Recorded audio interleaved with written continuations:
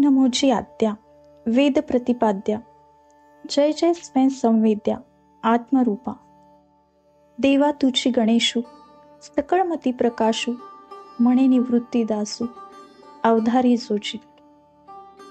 64 कलाशक्तींचा अधिपती असणाऱ्या श्री गणेशाला वंदन करून आपण आजच्या कथेची सुरुवात करूया. प्राचीन काळातील गोष्ट आहे. रत्नांच्या तेजाप्रमाणे असणाऱ्या धारा नगरीत राजा भोज अनेक वर्ष राज्य करीत होता आणि त्याने अद्वितीय कीर्ती मिळवली होती. एके दिवशी राजा भोज आपल्या परिवारासह मृगयेला म्हणजे शिकारीला निघाला होता. त्यावेळी तो एका शेताजवळून जात होता. त्या शेतात विविध प्रकारची फळे, पिके खूप उत्तमरित्या पिकली होती. त्या शेताच्या मधोमध एक मोकळी जागा देखील होती. त्या ठिकाणी बिया रुजवून सुद्धा पीक येत नसते. म्हणून त्या शेतकऱ्याने शेताची राखण करण्यासाठी एक उंच मांडव बांधला होता. शेतकरी त्या मांडवावर बसला होता. जेव्हा त्याने राजाला व सैन्याला शेताजवळून जाताना पाहिले तेव्हा तो राजास उद्देशून म्हणाला, हे राजा, तुम्ही आणि सैनिकांनी माझ्या शेतातील फळांचा आणि इतर गोष्टींचा आस्वाद घ्यावा.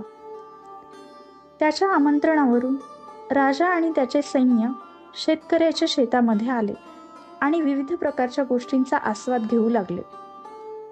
तेव्हा तो शेतकरी राजाचे स्वागत करण्यासाठी मांडवावरून खाली उतरला व शेतात चाललेली ही गडबड पाहून तो भडकला आणि जोरजोरात ओरडू लागला, तुम्ही माझ्या शेतात विध्वंस का करत आहात? तुमची तक्रार मी राजाकडे करेन. त्याचे हे बोलणे ऐकून राजा अचंबित झाला व त्याने आपल्या सैन्याला शेतातून बाहेर पडण्याची आज्ञा दिली. पुन्हा तो शेतकरी मांडवावर चढला आणि परत राजाला शेतात येण्यासाठी आमंत्रण देऊ लागला. भोज राजाला या गोष्टीचे फार आश्चर्य वाटले. तो मनात म्हणाला, हा शेतकरी मांडवावर चढला असता त्याच्या मनात चांगले विचार येतात, परंतु तो खाली आला की तो वाईट वागतो. हा अजब चमत्कार आहे. या गोष्टीचा उलगडा झालाच पाहिजे. असा विचार करून राजा स्वतः त्या मांडवावर चढला आणि लगेच त्याच्या मनात विचार येऊ लागले, मी सर्वांना दुःख, दारिद्र्य यातून मुक्त करेन, दुष्टांचा नाश करेन, प्रजेचे नीती धर्माने पालन करेन. त्यानंतर तो खाली उतरला व या जागी नक्कीच काहीतरी अद्भुत शक्ती आहे असे त्याला प्रकर्षाने जाणवले. नंतर त्याने शेतकऱ्याला त्या जागेची किंमत दिली आणि त्याला इनाम स्वरूपात 10 गावे व 1,00,000 सुवर्ण मुद्राही दिल्या. त्यानंतर राजाने त्या जागी खोदकाम करवले.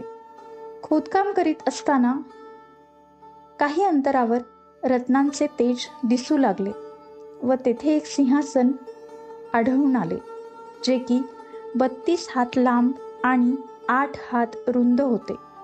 त्यावर 32 रत्नजडित पुतळ्या जडवल्या होत्या. ते सिंहासन पाहून राजाचे मन आनंदाने भरून गेले व त्याने ते आपल्यासोबत राजधानीत नेण्याचा विचार केला. परंतु हे काय, ते सिंहासन जागचे हलेना. शेवटी मंत्र्यांचा सल्ला घेतल्यानंतर राजाला हे कळले की ते सिंहासन स्वर्गीय आहे. कोणाचे बरे असेल हे सिंहासन? काय असेल या सिंहासनामागील रहस्य? या सिंहासनास स्वर्गीय असे का बरे म्हटले असेल?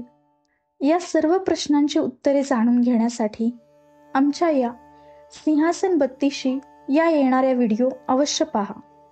त्या संदर्भात नोटिफिकेशन त्वरित मिळवण्यासाठी आमच्या चॅनलला सबस्क्राईब करून बेल बटन जरूर दाबा.